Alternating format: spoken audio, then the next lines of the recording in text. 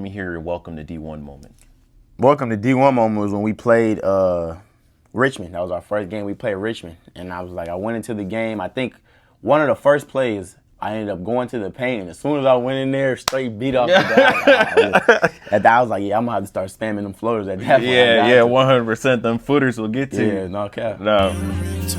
I'm 3 hours away. You know what I'm on. Not much else to say. Girl, pick up the phone. You my favorite, baby. My song plays your ringtone. Tell you I could do no wrong. Love it when I'm coming home to you. Yeah, I'm in my zone. All right, welcome back to the Mike on Mike podcast. I'm your host, Mike Robinson, and we're back with another episode of the Athletes and Athletics series. I'm here with a very special guest. He began his basketball career at the JUCO level at Prairie State and Waubonsee Community College. And now this upcoming year, he's going to be playing at UMass, Division I.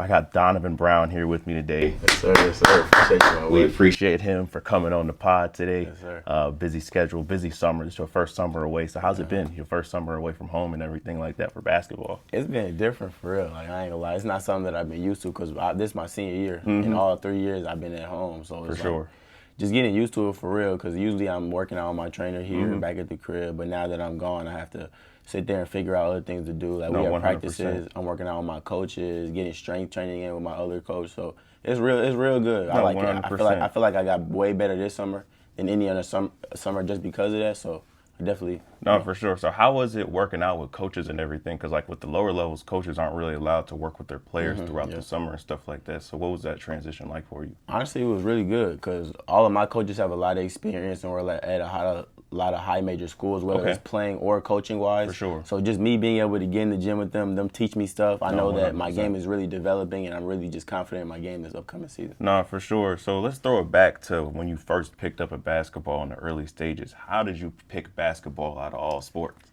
Honestly, it wasn't that hard of a choice for me. Like, my dad put me in football, basketball, and soccer, and the biggest thing for me was just wherever I was having fun at. So I was on the basketball court having a lot of fun. I was playing soccer. I wasn't really having a lot of fun. For sure. But football I did.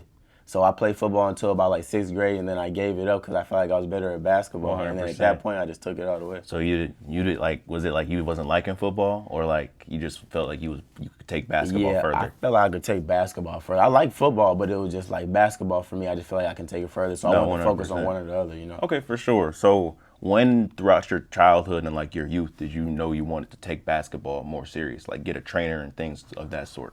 I would say probably, as far as wanting to take it like serious as getting a trainer, I would say about 5th, 6th grade. But like I knew towards like 2nd, 3rd grade that like I was telling myself like, oh man, I really want to go pro with this, you know? Oh, for sure. Okay. So let's jump up to high school. You started at Plainfield East and you finished at Plainfield Central. Can you talk about your high school experience basketball-wise? So Plainfield East, man, I ain't never told nobody about this thing. All right, bet. At Plainfield East, when I was a freshman, I really didn't even play like that for real. I was on the B team. Okay. So honestly, for me, it was frustrating because I felt like I should play, and like almost everybody around me kind of knew I should have been playing. For sure. Towards the end of the season, my coach started me, and the first game he started me, I think I scored like 25 points or something. Oh yeah. Keep in mind, this is on freshman team. Like, I'm not playing up or nothing, so you know what I'm saying. I feel like it wasn't that hard for me to do. Exactly. So then after that point, I was just going on a rampage of scoring. And after the season, he came up to me. He was like, "Man, I apologize for not starting you and Your not coach playing." like apologized to he you did. for real? And a lot of coaches don't do that. No, for real. not at so all. I was like, That's that's real rare. respect. Yeah, I take that. Then my second year at Plainfield East, I started a little bit, but then at times I was coming off the bench, so it was kind of wishy-washy. And Okay, then for sure. the coaches didn't want to move me up to JV when like a lot of the it would be like 5 or 6 sophomores that would move up to JV and Right. play. They never moved me up, so it was like I kind of had a feeling of they didn't really like me or something going into my junior year. So that's why I was like, I ain't gonna lie, I kind of got to get out of here, you know. So for my sure. junior year, I ended up going to Plainfield Central. We ended up moving. Okay, And, you guys. I was gonna ask, how did that work with we like ended up boundaries moving. and everything like that? We Okay. ended up moving over there. So I liked it over there. Honestly, my first year, I think I averaged 12 with Coach Bayer over there. And honestly, it was just like a big change. Like, he was putting confidence in me, and, For sure. and I never really had a coach that was putting confidence in me for real. So at that point, I started going to the gym 3 times a day. I was going to work out in the morning with my coach Jimmy. I was going to lift with him at like 6 in the morning. Then I would go with Sam at like 3, and then I would go get on the shooting machine. That was every single day. So at that point, my senior year, I think I was averaging like 18. Like, Oh, yeah, you was locked in. Yeah, at that point I was locked in trying to go crazy. So it was a big change and a big journey. But I feel like the transfer really helped me out and really helped me clear my mind out. No, for sure. So when throughout your high school experience did you know you were going to be able to play college ball? Honestly, I say my sophomore year is when I realized that I'd be able to play college ball. Okay. All right, for sure. So can you talk about like recruitment and like especially since it was during the COVID for you? Oh man, my recruitment was bad. Like throughout my first 3 years of high school, I wasn't getting recruited at all. And then my senior year, when I was averaging 18, I went on 2 visits. I went to University of Illinois Springfield, and then I went to a visit to West Virginia Wesleyan as well. And both of them offered me, but they were giving me either partials or they wanted me to walk on. So it was like, for me, I felt like I was a scholarship level player, so I didn't want to go nowhere where they didn't fully trust in me because I knew I wasn't going to end up playing. 100%. So then that's when I ended up reaching out to JUCOs and things like that, and I had a couple of JUCO offers like Waubonsee, Prairie State, and Malcolm X. I ended up choosing Prairie State because I felt like just the whole situation of the team that was coming back and stuff, I felt like it suited me really well. So that's why I ended up having to go JUCO. No, for sure. So how did you end up transferring to a JUCO in the same conference the next year? So basically the thing was that year when I went to Prairie State, it was between Prairie State or Waubonsee to begin with. Okay. So when I ended up going to Prairie State, it was kind of a situation where I got there and the coach was telling me a lot of things before I got there, and when I got there, it wasn't what he said. Yeah. So kind of just for me, the trust was messed up. So I kind of was like, can't really see myself going back, especially for a JUCO. The point of a JUCO, you want to get there and go. You want to leave and get to another school. So it's like I can't see myself going back there if I don't feel like the trust isn't there. No, 100%. So Lance and them at Waubonsee, they had reached back out to me after the season because they knew that, like I said, I was going to go there to begin with my freshman year. And after they reached back out to me, I was like, yeah, like this is what I want to go. No, that's love. They still reach back out after you. Yeah. Okay, for sure. So let's see. How did you stay locked in while you were in JUCO? Because I know a lot of players feel like they're higher than like a higher level player than at the JUCO and use it as a stepping stone. So how did you like not get discouraged with yourself throughout that process? Honestly, for me, I just kind of realized that everybody's process is going to be different. Like if you hear people's stories in the NBA, G League, pros, like everybody's story is different. 100%. People come from D3s, D2s, D1s. So I knew that honestly, if I just run my race at the end of the day and I keep grinding, however things are supposed to fall, they'll fall, So I just kind of just live with that. No, for sure. So what would you say the biggest challenge of playing at the JUCO level did you have to overcome would be? Honestly, I'd say just like the stigma, like how people think of JUCO, like that's the number one thing. Like even coaches, for instance, a lot of coaches, like it could be a player at a Division II JUCO and a player at Division I JUCO, and the player at Division II JUCO can be better, but the school might want to recruit to do the D1 JUCO just because, he's at the JUCO, So I feel like just kind of just the mindsets of other people when it comes to JUCO kind of just makes it hard on you because then it starts kind of transforming your mindset. 100%. Okay. And then as far as like playing wise, what would you say were the challenges and stuff like that? Because my brother Pat has mentioned a plethora of things that he had to go through while playing. So were anything that you were like, I can't wait till I get up out of here so I don't have to deal with this or I'd that? say probably the number one thing I'd say is just selfishness in general. Like almost like 90% of JUCOs, besides the really winning JUCOs, it's always some selfishness there because, like I said, everybody's trying to leave and get to the next school. For sure. So that was like a really big thing. And then secondly, I'd probably say just like how old people were. Like I ain't gonna lie, when I went there, I'm thinking like, you can only be there for 2 years, freshman and sophomore. 18, 19-year-old. You seeing full grown men, 25-year-olds. Okay, for sure. So in your going into the recruiting process for the second time after you were going to your JUCOs, Florida Tech, how on earth did a Florida school just randomly come to Waubonsee and be like, we want you? So basically, I was just posting everything I did on Twitter, like at JUCO, because I knew, like I said, it's hard to get recruited. For sure. I was trying to like just promote myself as much as possible. So I was always posting myself. 100%. And after the season, I ended up posting our full game highlights, my full game film. For sure. Then I put my accolades and stuff on there, and they ended up hitting me up on Twitter. They ended up DMing me, All right. And they was like, we love your game, this and this and that. And we ended up setting up a visit. And that was my only offer in general. Really? Out of JUCO, yeah. Okay. So at that point, it's like, why am I not going with that? They believe in me. So I committed right on the spot. No, 100%. Or like on camp when you went to visit? Yeah, when I went on my visit, I let them know, like, I'm going to commit. Okay, no, that's fire. So how was it being away from home for the first time, especially since you was what is that, 1,000 miles or something like that? Crazy. It was something really different. Like I ain't gonna lie, I didn't know what to expect, but honestly, just being around my teammates, I feel like that's a big thing. Like with basketball, like with athletes, when you're sitting here and you're making transitions like that, I feel like it's easier. You have a lot of teammates. For sure. But for like people who don't play sports, it's kind of harder because they don't have a lot of friends. Right. So for me, I kind of feel like it was an easy transition because I was older, for one, because I already went to JUCO for 2 years, and for two, I had a lot of teammates that I could just lean on. No, for sure, that's real. So how would you say living in Florida was like compared to Illinois? Way different. The weather was the biggest thing. For sure, you're I not bet. bringing no hoodies and all the other stuff Nothing. out there. Like I'm waking up in the morning, getting out of my apartment, and I'm already sweating like off the rip. Yeah, it's crazy. It's like it's that wet heat down That's there. what it right? is. Yeah. So it's like but I live right next to a beach, so we was going to the beach all the time at that point. That's fire. Where is Florida Tech at? It's in Melbourne, Florida. Okay, It's probably okay. about like an hour from Orlando. Okay, Yeah, all right, it's not yeah. too So he was far. right on the coast. Yeah, okay, all right, for sure. So, did the move to Florida Tech affect your game or your mindset while of playing? Honestly, I felt like it did. Like something that I've started. Like I mean, I've been looking at a lot of podcasts and just self-improvement things in general, and I've been seeing a lot of people talk about like when you move away from your home environment, that's when people grow a lot for real. And I feel like my 100%. biggest growth was when I moved away. Like I didn't expect it, but like honestly, I felt like I was more locked in for one. And just like I'm in like an environment with new people who are like better than the people that was already around. For sure. So it's like I have to expand to my environment. You No, know? 100%. So, would you say you had any like welcome to this level of basketball moments? For say, like you went to practice one day, you thought it was gonna be sweet, and it wasn't sweet. Honestly, I say, as far as D1 goes, I have, but D2, no, it wasn't really no moment. Okay, so you say it was like a smooth trade. You was like, Yeah, you it felt was like smooth. you was supposed to be there for Yeah, it sure. was smooth. Okay, so that going into my next question, what was the jump from JUCO to D2 like as far as gameplay and game style? The biggest thing I would say is probably just speed and strength. Okay. Because like a lot of people at JUCO are skilled, but it's kind sure. of like the IQ, speed, and strength is the biggest difference from those levels. No, 100%. So would you say like size wasn't necessarily a bigger thing, was a bigger impact for your play, or not necessarily? No, not really, because JUCO had a lot of people that was the same size, but Okay. like I feel like some of the bigs were bigger in D2, but besides that, everybody was around the same size. Okay, for sure. So you averaged 20 your first year at D2, your first and only year at D2, and you were one of the top prospects in the transfer portal this year. How did that feel? It felt great, I'm not gonna lie. Just finally seeing my work being paying off and people seeing that, it really felt good. No, for sure. So comparing looking for a school this time compared to looking for a school last time, you only had one offer coming out of Waubonsee. What was that like? It was crazy. Like this time, I had like over 60 Division I offers. Really? Schools hitting me up. Okay. Yeah, it was crazy. Like as soon as I hit the portal, first day, I think I was talking to probably like 20, 25 schools off the rip.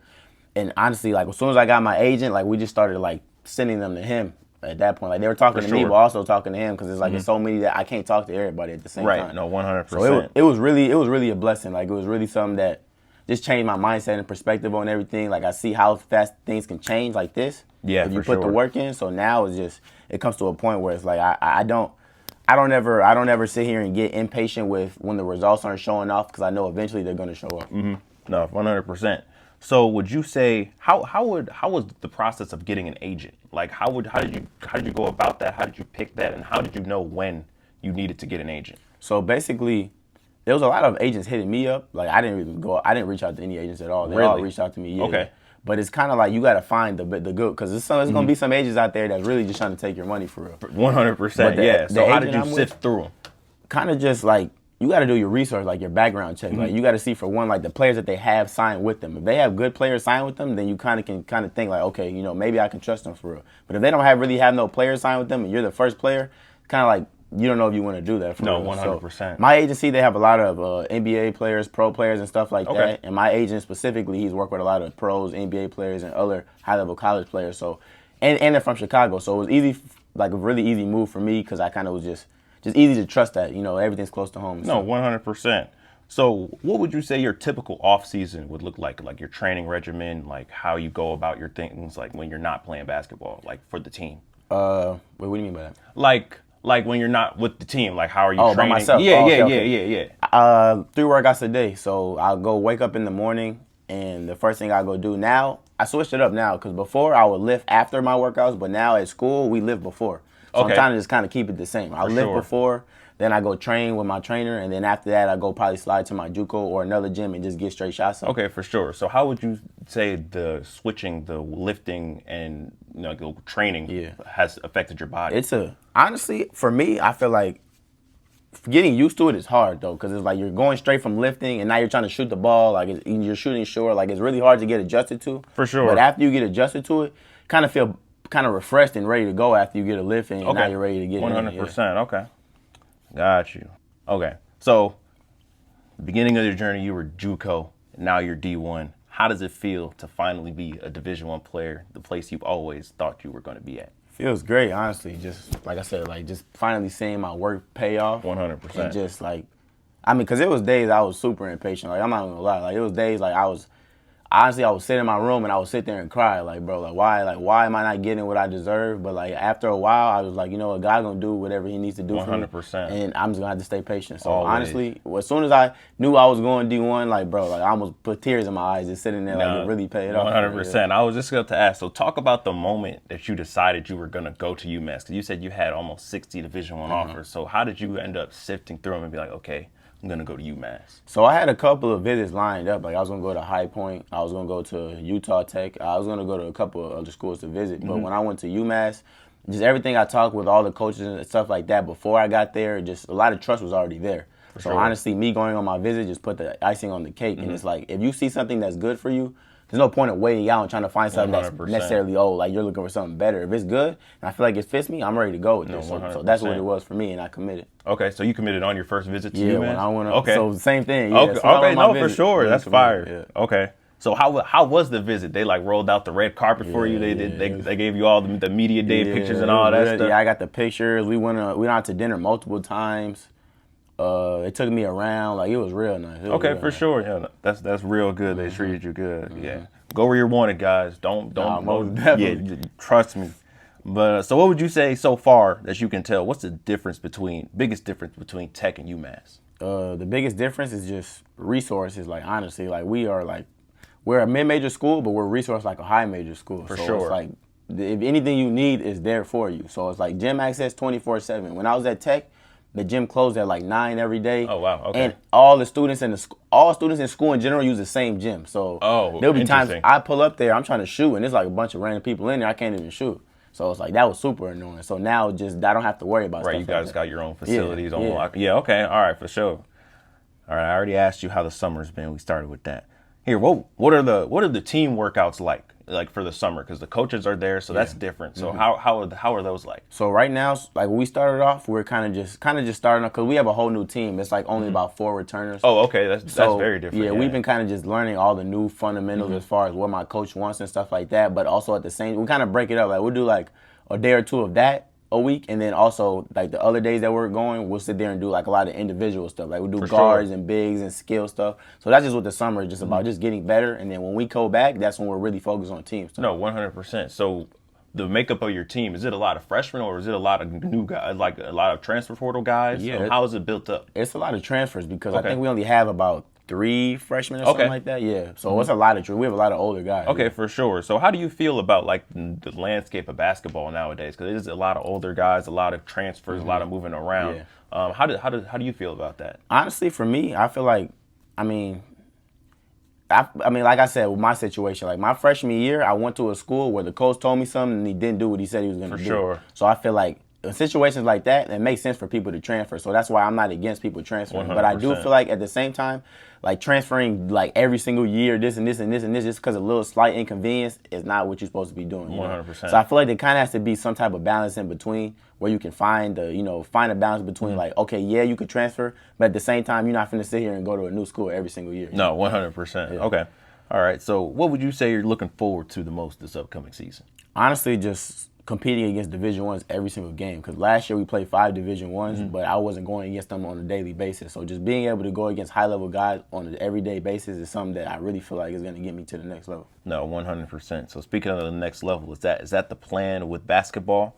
Like you want to go up to that next level? Like how far do you want to take basketball? Honestly, I'm trying to go to the NBA. But overall, I just want to play professional basketball, being able to make a living for myself 100%. While doing what I love. Okay, for sure. So you would explore that overseas route or the it's the G League, right? Yeah, the G League. Yeah. Okay, for sure.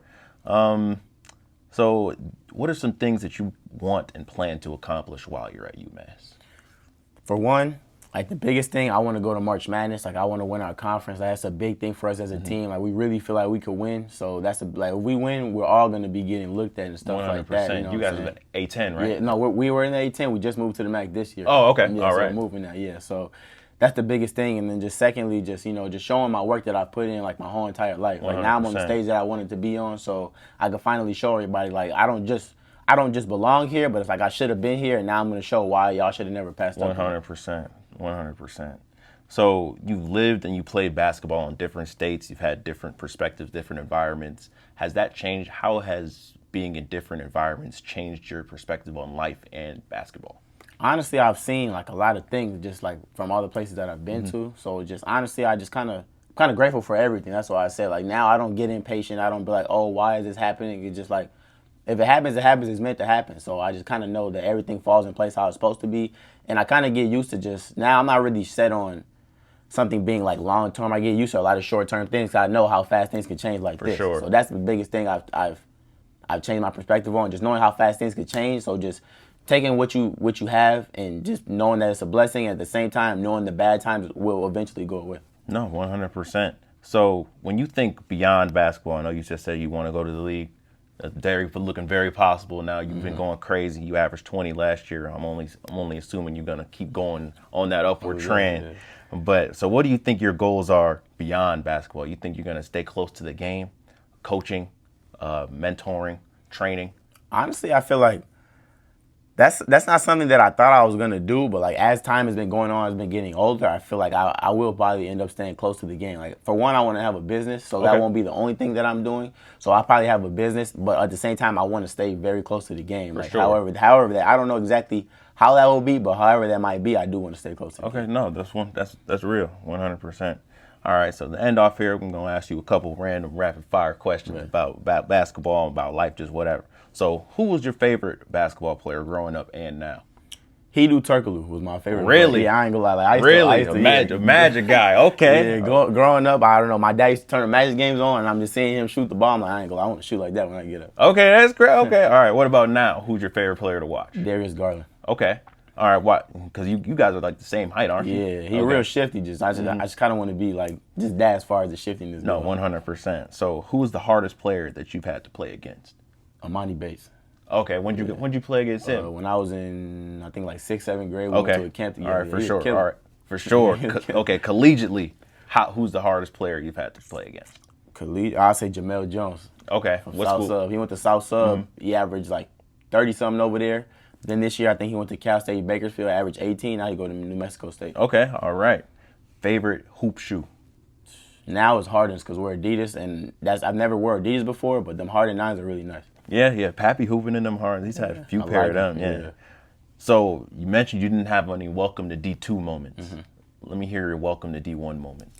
Welcome to D1 moment was when we played Richmond. That was our first game. We played Richmond, and I went into the game. I think one of the first plays, I ended up going to the paint, and as soon as I went in there, straight beat off the guy. At that, I was like, yeah, I'm gonna have to start spamming them floaters at that point. Yeah, 100%. Them footers will get to you. Yeah, no cap. No, for sure. So Illinois weather or Florida weather? Florida for sure. For sure, even though it's like... Even though it's scorching hot, Florida for sure, yeah. Because it gets super cold here. That's the only problem. You don't like the cold, like, at all? Like I like it, but when it gets super cold, like, no, I ain't gonna lie. Like, when you got to sit there and wait your car to heat up and stuff, I hate that. Yeah, facts.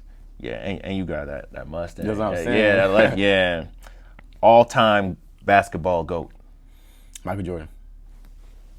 Dude, who your GOAT? LeBron? Yeah.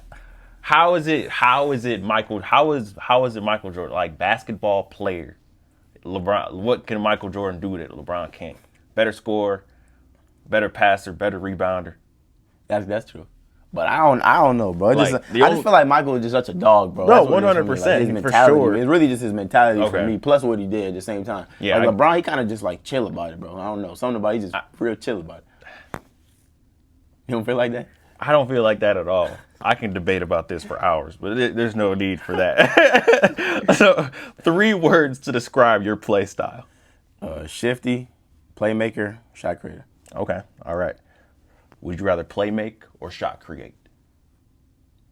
Would you rather, find that perfect pass, or would you rather Kobe or CP3? Which are you? Kobe. I'd rather go score, but if somebody step up, I'm gonna kick it though.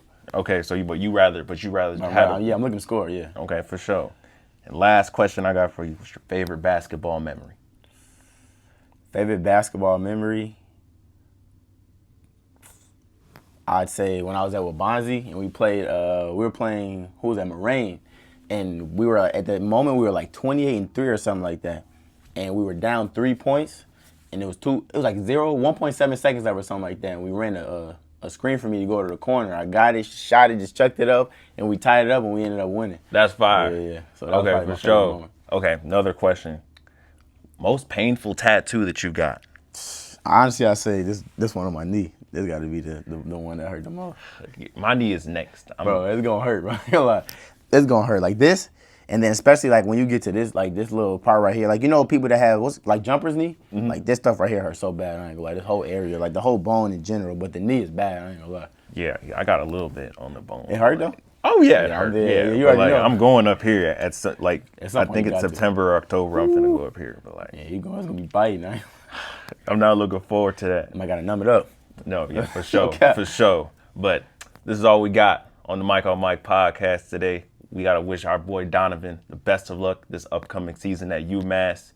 You catch his games. He gonna be on ESPN now. Yes, sir. Ain't no excuses not to support my boy. So we gonna see him next time. We appreciate him for taking the time while he's at home. He's going out in the next couple weeks. But once again, wish him the best of luck. And that's all we got on Mike and Mike. I'm your host, Mike Robb, and we'll see you guys next time. Yes, sir. Appreciate you. I appreciate you, man. Yeah, no. Not much else to say. Girl, pick up the phone. You my favorite, baby. My song plays, your ringtone. Tell you I could do no wrong. Love it when I'm coming home to you.